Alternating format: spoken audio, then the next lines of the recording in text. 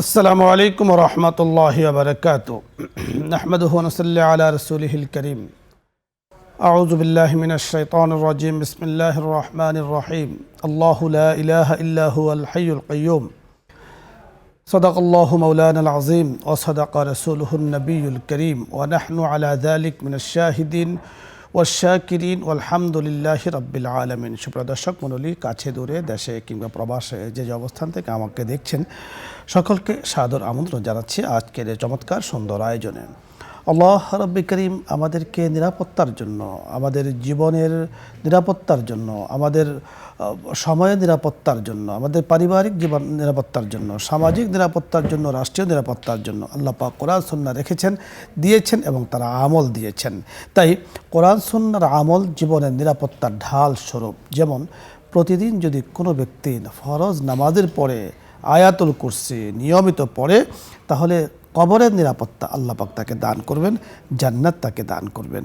ইহকালীন নিরাপত্তার জন্য অনেকগুলো আমাল রয়েছে, যা আজকে আপনাদের সামনে বিস্তারিত আলোচনা করবেন বিশিষ্ট ইসলামী চিন্তাবিদ, শিক্ষাবিদ, সুবক্তা, অত্যন্ত সুন্দর সুগোছালো চমৎকার আলোচনা করে থাকেন। ইতিমধ্যে যিনি সারা দেশে ওয়াজ নসিহাতের মাধ্যমে আলোড়ন সৃষ্টি করেছেন, শেখ আব্দুল বাতেন কাসিমি, খতিব, মিরপুর কেন্দ্রীয় জামে মসজিদ।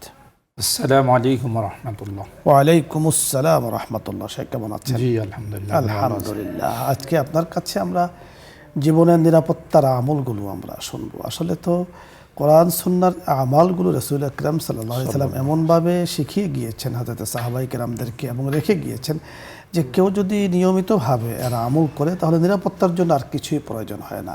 আপনার কাছে আমরা বিস্তারিত শুনবো।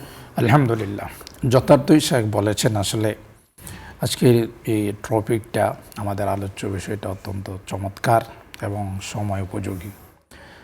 কোরআন এবং সুন্নাহর মাধ্যমে যে সকল আমল আল্লাহ এবং তার হাবিব আমাদেরকে শিক্ষা দিয়েছেন, এবং কোরআনে কারীমে আল্লাহ তাআলা ইরশাদ করেন, ফিহি তিবিয়ানুন লিকুল্লি শাই, সর্ব বিষয়ের বর্ণনা কোরআনে কারীমে আছে।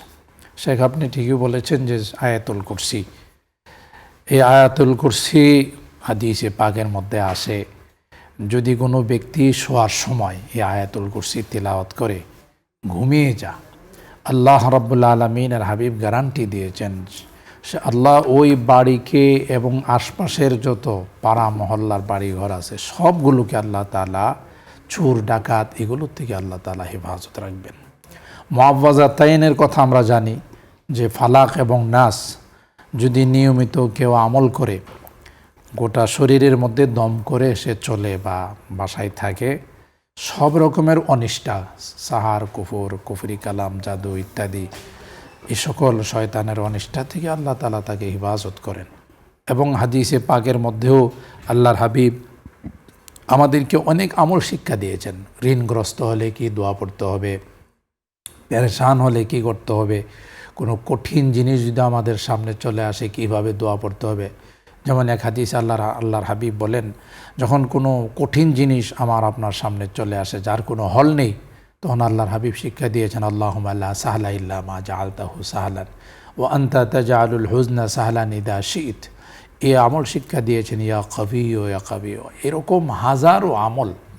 আসলে সত্য কথা বলতে কি, যত বড় রোগই হোক না কেন, ক্যান্সার বা আরও যত জটিল রোগ আমরা মনে করি, যত বড় ব্যাধিতে আক্রান্ত হোক না কেন, আমরা যদি কোরআন সুন্নাহর এই আমলগুলো সহি তরিকায় আমাদের জিন্দেগিতে বাস্তবায়ন করতে পারি, ইনশাআল্লাহ আল্লাহর হাবিবের ভাষ্য এবং আল্লাহ পাকের কোরআনের এই আয়াত অবশ্যই কার্যকর, এবং সব রকমের সমস্যা, জটিলতা, রোগ বালা থেকে আল্লাহ তাআলা হেফাজত করবেন। এটাই আমরা এই দৈনন্দিনের আমল কোরআন এবং সুন্নাত থেকে, আরও বহু আমলের কথা বিভিন্ন বিষয়ে কোরআন এবং সুন্নাহর মধ্যে আছে।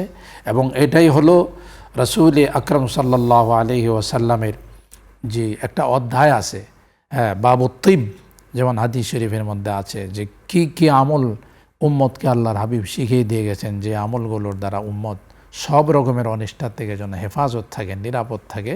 এগুলো কোরআন সুন্নাহর মধ্যে অহরহ আল্লাহর হাবিব এবং আল্লাহ পাক বর্ণনা করেছেন।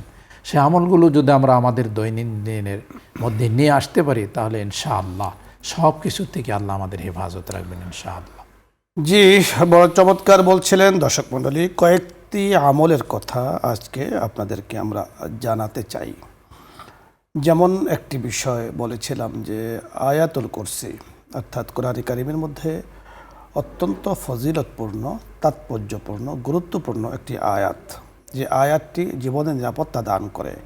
অর্থাৎ এক নম্বর হলো, যদি কেউ ঘুমানোর আগে আয়াতুল কুরসি পড়ে ঘুমায়, তাহলে ওই রাত্রিতে আল্লাহ তাআলা যদি কোনো কারণে তার জীবনকে নিয়ে যান, তার জীবন শেষ হয়ে যায়, তাহলে মুমিনের মওত তার হবে, আল্লাহ তাআলা তাকে উপহার দেবেন। দ্বিতীয়ত হলো যে আল্লাহ তাআলা যদি তার হায়াত রেখে থাকেন, তাহলে আয়াতুল কুরসি তেলাওয়াত করে ঘুমানোর কারণে খারাপ বাজে কিছু স্বপ্নে দেখবে না এবং সুন্দর ঘুম আল্লাহ তাআলা তাকে উপহার দেবেন। কারণ ঘুমকে বলা হয়েছে নিসফুল মৌত। নিসফুল মৌত অর্থাৎ মৌতের কাছাকাছি, মৌতের অর্ধেক। এখানে ঘুমানোর নিরাপত্তা আয়াতুল কুরসির মাধ্যমে পাওয়া গেল। আরেকটি আমল আমরা করতে পারি, চারকুল, অর্থাৎ কুল ইয়া আইয়ুহাল কাফিরুন, কুল হুয়াল্লাহ, কুল আউযু বিরাব্বিল ফালাক, কুল আউযু বিরাব্বিন নাস। এই চারকুল 5 ওয়াক্ত নামাজের পড়লে জীবনের নিরাপত্তা পাওয়া যায়, পোকামাকড়ের নিরাপত্তা পাওয়া যায়। আরেকটি দোয়া রাসূল আকরাম সাল্লাল্লাহু আলাইহি সাল্লামের মাধ্যমে আমরা পেয়েছি যে প্রতিদিন ফজরের পরে এবং মাগরিবের পরে বিসমিল্লাহিল্লাযী লা ইয়াদুররু মা ইসমিহি শাইউন ফিল আরদি ওয়ালা ফিস সামাই ওয়া হুয়াস সামিউল আলিম। এই দোয়াটি ফজরের পরে 3 বার, মাগরিবের পরে 3 বার পড়লে রাত্র দিনের নিরাপত্তা আল্লাহ পাক তাকে দান করবেন। একেবারে অদৃশ্য আল্লাহ গায়বী খাজানা থেকে আল্লাহ পাক তাকে হেফাজত করবেন। কিভাবে হেফাজত করবেন সেটা তিনি ভালো জানেন, কারণ আকাশ এবং জমিনের সকল খোরাফাত থেকে আল্লাহ তাআলার কাছে আমি মুক্তি চেয়েছি। আরেকটি দোয়া হলো যে এক বুজুর্গ বলেছেন যে এইভাবে হাড়ে হাত দিয়ে ইয়া কাবিয়ুল কাদিরুল মুক্তাদির কাব্বিনি ওয়া কালবি 7 বার ফজরের পরে এবং প্রত্যেক 5 ওয়াক্ত নামাজের পরে 7 বার বুকে হাত দিয়ে পড়লে অন্তত স্ট্রোক থেকে, হার্ট অ্যাটাক থেকে আল্লাহ পাক তাকে হেফাজত করবেন। এছাড়াও আমরা অনেক সময় খাবার, পানি জীবনের জন্য অপরিহার্য একটা অধ্যায়, যে পানি আমাদের পান করতে হবে। আমি যখন পানি পানের দোয়া পড়ে, আমি হানি আম্বারি আন পানি পানের দোয়া পড়ে পানিটা পান করব, তো সাইগুল লিশারিবিন, এই পানিটা যারা পান করবে তাদেরকে আল্লাহ তাআলা নিরাপত্তা দান করবেন। কারণ যেই পানি মানুষের জন্য রক্ষা কবচ হয়, মানুষকে হেফাজত করে, অর্থাৎ পানির অপর নাম হলো জীবন, ঠিক পানির কারণে হয় মরণ। এজন্য দোয়া পড়ে যখন আমি পান করব, তখন এই পানিটা আমাকে নিরাপত্তা দান করবে। অনুরূপভাবে খাবার, যে খাবারের কারণে মানুষ বেঁচে থাকে, আল্লাহ তাআলা খাবারের ওসিলা বাঁচিয়ে রাখেন, সেখানেও আমি যখন বিসমিল্লাহি ওয়া আলা বারাকাতিল্লাহ পরে খাবার শুরু করব, তো এই খাবারটা আল্লাহ তাআলা বরকতময় করবেন, আমাকে জীবনের নিরাপত্তা দান করবেন। অনুরূপভাবে যখন আমি ঘর থেকে বের হব, তখন আমি তাওয়াক্কালনা আলাল্লাহ পরে যখন আমি বের হব, তো আমার পথে চলার ক্ষেত্রে আল্লাহ পাক জীবনের নিরাপত্তা দান করবে। অনুরূপভাবে যখন আমরা বাহনে করব, তখন আমি সুবহানাল্লাযী সাখখারা লানা হাযা ওয়া মা কুন্না লাহু মুকরিনিন ওয়া ইন্না ইলা রাব্বিনা লামুনকালিবুন, এই দোয়াটি যখন পড়ব, তো আমার বাহনে উড়োজাহাজ হোক, জমিনে হোক, বা এয়ার হোক, বা রোড হোক, আল্লাহ তাআলা আমাকে নিরাপত্তা দান করবেন। এইভাবে কোরআন সুন্নাহর আমল জীবনের নিরাপত্তা দান করে। আমরা এক কথায় বলতে পারি, কোরআন সুন্নাহর আমল জীবনের নিরাপত্তার ঢাল। আল্লাহ পাক আমাদেরকে কথাগুলো বোঝার তৌফিক দান করেন। দর্শক মণ্ডলী, আলোচ্য বিষয় নিয়ে যদি আপনাদের কোনো কিছু জানার থাকে, বোঝার থাকে, কোনো প্রশ্ন থাকে, তাহলে আপনি চাইলে প্রশ্ন করতে পারেন, অথবা ইসলামের যে কোনো মাসলা মাসাইল নিয়ে আপনি চাইলে প্রশ্ন করতে পারেন। আমি একটু শায়েখের কাছে একটু জানবো যে অনেকগুলো আমলের কথা আমরা বলেছি। অনেক সময় দেখা যাচ্ছে যে আমরা নৌযানে আমরা ভ্রমণ করি, তা আমরা তো সুবহানাল্লাযী সাখখারা লানা, আমরা বাই এয়ারে বাই রোডে নৌযানে চলাচল করতে আমরা কি দোয়া পড়ব? জি, অত্যন্ত চমৎকার। কারণ দেশের অনেক মানুষই নৌপথে চলাচল করেন, ওইটার জন্য আল্লাহর হাবিব আমাদেরকে দোয়া শিখাইছেন। কোরআনে কারিমও সে দোয়া আছে, বিসমিল্লাহি মাজরেহা ওয়া মুরসাহা ইন্না রব্বি লাগাফুরুর রহিম, যার অর্থটা হইল এরকম যে আল্লাহর নামে আমি বাহনে চড়ছি এবং তার পানির উপর দিয়া চলা এবং জায়গা মতো পৌঁছা সবটাই আল্লাহর নামে। আল্লাহ আমাকে সঠিক পথে সঠিক গন্তব্যে পৌঁছে দিবেন। ইন্না রব্বি লাগাফুরুর রহিম, নিশ্চয়ই আমার রব তিনি ক্ষমাশীল এবং বড় দয়ালু। এই হলো আমাদের নৌপথে বড় আসলে একটি বিষয় হলো কি, আমরা যারা অনেকে তো দোয়ার আমলই আমরা করতে পারি না বা করি না, যারা করে তারা অনেক সময় এটা আমরা বুঝি না। অনেক সময় আমি একবার বড় রকম পরিবহনে যাচ্ছিলাম, সুপারভাইজার সাহেব তখন ওই যাত্রীদেরকে বলতেছে যে আমরা দোয়া পড়ি বিসমিল্লাহি মাজরেহা ওয়া মুরসাহা। তা আমি ওনাকে ডেকে বললাম যে সুপারভাইজার সাহেব, আসলে তো এই দোয়াটা মূলত নৌপথে চলাচলের জন্যে, আর আমাদের এই গাড়িতে বা পরিবহনে চলাচলের জন্য বাইয়ার বা বাই রোড, সেটার জন্য যে একটু আগে হযরত শাইখে যে দোয়াটা পড়লেন যে সুবহানাল্লাযী সাখখারা লানা হাদা ওয়া মা কুন্না লাহু মুকরিনিন ওয়া ইন্না ইলা রাব্বিনা লামুনকালিবুন। ঠিক তদ্রূপ আসলে ঘুমানোর সময় আল্লাহ নবী ছোট্ট দোয়া শিখাইছেন যে আল্লাহুম্মা বিইসমিকা আমুতু ওয়া আহইয়া। এটা সম্পর্কে বুখারী শরীফে রেখে লেখা হয়, যদি এই দোয়া পড়ে কেউ ঘুমিয়ে যায় আর ওই রাত্রে যদি সে ইন্তেকাল করে মুত্তা আলাল ফিতরা, ইসলামের উপরে তার। সুবহানাল্লাহ। জি দর্শক, আসসালামু আলাইকুম ওয়া রাহমাতুল্লাহ। দর্শক নাম বলে পরিচয় দিয়ে প্রশ্ন করুন। আসসালামু আলাইকুম। ওয়া আলাইকুম আসসালাম। হুজুর, আমি লালপুর থেকে বলছিলাম, মজনু। জি বলুন। হুজুর, আমার এখানে একটা মনসুর পীর বলে একটা পীর আছে, ওর মুরিদানেরা একটা কথা বলে যে মানুষ যখন জন্মগ্রহণ করে তখন মায়ের কোলে যতদিন থাকে ততদিন সে বেহেশতে থাকে, আর যখন সে মৃত্যুবরণ করে তখন মৃত্যুর যন্ত্রণা যেটা হয় সেটাই হচ্ছে ও আপনার হচ্ছে পরকালের সাজা, মানে দুজক, এটা বোঝায়। এই কথাটা কতটুকু সত্যি হুজুর? বুঝতে পেরেছি। পরের দর্শক, জি আসসালামু আলাইকুম। হ্যালো, ওয়ালাইকুম আসসালাম ওয়া রাহমাতুল্লাহি ওয়া বারাকাতুহু। হুজুর, আমার ছয়টা প্রশ্ন আছে। বলুন। হুজুর, আজান আমি সেদিনকে বলেছিলাম, মানে আমি নামাজ পড়ছি হুজুর, নামাজ পড়তে পড়তে দুই রাকাত নামাজ হয়েছে, ধরেন হওয়ার পর সালাম ফিরা হয়েছে, তখন আজান শুরু হয়েছে, তখন কি আমি আজানের জবাব দেওয়ার পরে তারপরে আবার অন্য পরের রাকাত পড়তে পারবো হুজুর? তাই বলছি যে হচ্ছে দুই রাকাত সালাম ফিরা হয়ে গেছে, আজান দিচ্ছে, তখন কি আজানের জবাব দেবো হুজুর? বিয়ে শাড়ি পরে নামাজ পড়বো নাকি? তাই। আরেকটা প্রশ্ন হচ্ছে যে এক ছেলে ধরেন তার একটা জিনিস খাচ্ছে না, তার মা হয় বড় বোন বা চাচি হাত ধরে কান্নাকাটি করছে খাওয়ার জন্য, তবুও খাচ্ছে না, তাহলে সে ছেলে কেমন কি হতে পারে হুজুর? জন্মদাতার মা কাঁদছে খাবার জন্য, বেটা বলছে হাত ধরে, কি বড় আপা বলছে, কিছু চাষি বলছে, তবু খাচ্ছে না। ধন্যবাদ। জি জি, আমরা বুঝতে পেরেছি। পরের দর্শক, জি আসসালামু আলাইকুম ওয়া রাহমাতুল্লাহ। আসসালামু আলাইকুম হুজুর। ওয়ালাইকুম আসসালাম। হুজুর, সেদিন দেখা গেছে আমার বোন আপনার সাথে একটু কথা বলতে চাইছিল। আপনার বোনকে বলুন কথা বলতে। জি। আমরা সামনের মাসের সামনের মাসের 15 তারিখে আমরা ইয়েতে যাচ্ছি উমরা করতে। আমার বোন যাচ্ছে আমার সাথে, আমার বোন যাচ্ছে আর এক বোনের ছেলে যাচ্ছে।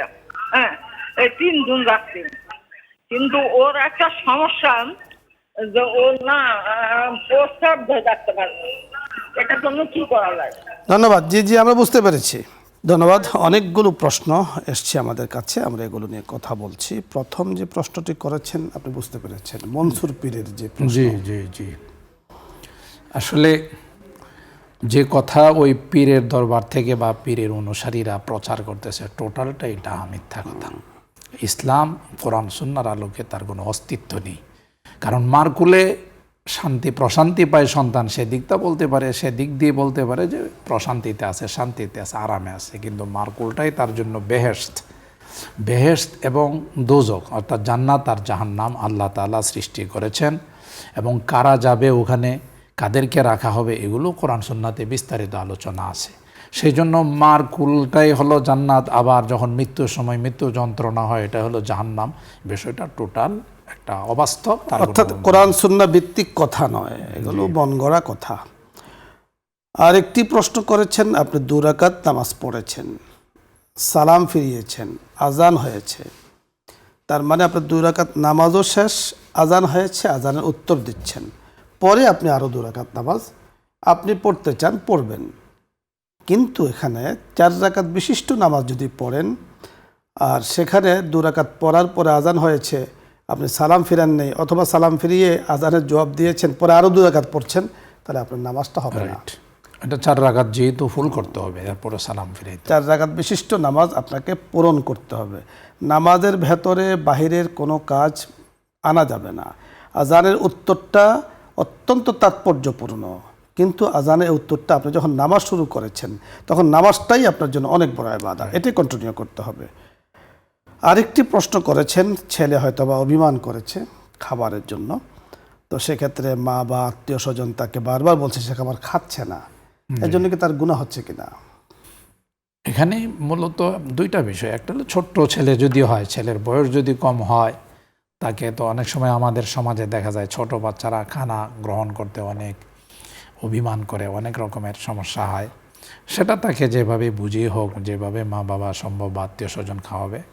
আর যদি বড় হয়ে যে প্রাপ্তবয়স্ক হয়ে যদি সে কোনো কারণে অভিমান করে থাকে যে আমি খাবার খাবো না, আমি কসম করছি ইত্যাদি, তাহলে অবশ্যই তাকে খাবার খেতে হবে। কারণ হাদিসের মধ্যে আসছে, মান হালাফা আলা ইয়ামিনিন ফারাআ গায়রাহা খায়রাম মিনহা ফালিইউকাফির আন ইয়ামিনিহি ওয়ালিয়াতি বিল্লাযী হুয়া খায়রুন।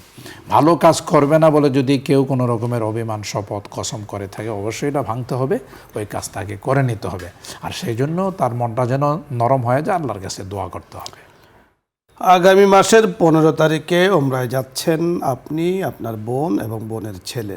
তো বোনের ছেলের বহুমূত্র রোগ আছে, কথার দ্বারা বুঝতে পেরেছি, প্রস্রাব ঝরে অথবা প্রস্রাব ধরে রাখতে পারে না, তার জন্য কি করণীয়?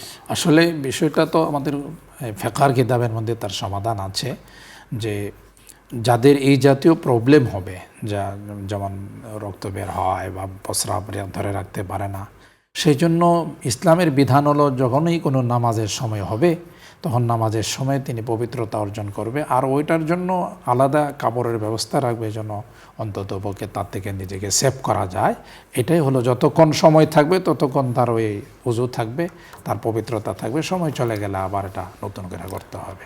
আপনি সুন্দর বলেছেন না, আমি একটু ডাক্তার নয় আমি, তবে একটু অভিজ্ঞতার আলোকে বলতে চাই যে মানুষের বয়স যখন 50 ঊর্ধ্ব হয়ে যায় তখন ভেতরের যে প্রস্রাবধারী বা প্রস্টেট বলে, ওগুলো অনেকাংশে অনেকেরই বড় হয়ে যায়। তো বড় হয়ে গেলে তখন অনেক সময় প্রস্রাব ধরে রাখতে পারে না বা বহুমূত্র রোগ হয়। এর চিকিৎসাও কিন্তু আছে, যথেষ্ট পরিমাণ চিকিৎসা আছে, আপনি চাইলে চিকিৎসা করিয়ে নিতে পারেন। অথবা এখানে মন খারাপের কিছু নেই, যেহেতু বয়স হয়েছে, শরীরের অঙ্গ প্রত্যঙ্গগুলো এগুলো অনেকাংশেই ঢিলে ঢালা হয়ে যাচ্ছে, অনেকাংশে দুর্বল হয়ে যাচ্ছে, তার মধ্যে ওটাও, এটাকে স্বাভাবিকভাবেই নিতে হবে। আর যদি একেবারে তার প্রস্রাব ঝরে বহুমূত্র রোগ হয়ে থাকে, কোনোভাবে সারছে না, তার জন্য শায়েখের যে মাসআলাটি এটাই আমল করতে হবে। পরের দর্শক, জি আসসালামু আলাইকুম রহমতুল্লাহ। জি দর্শক, পরিচয় বলে প্রশ্ন করুন। আসসালামু আলাইকুম। ওয়ালাইকুম আসসালাম। হ্যালো, আপনার প্রশ্ন বলুন। জি আমি চট্টগ্রাম থেকে বলছি, মোহাম্মদ আমিনুল ইসলাম। জি বলুন। জি, টিভির ভলিউম আমাদের একটা মাযহাব আছে, আমরা তো একটা মাযহাব নিয়ে অনুসরণ করবে, কিন্তু কখনো কখনো দেখা যায় কোন মানুষ কেউ সমস্যা পড়লে তখন অন্য মাযহাবে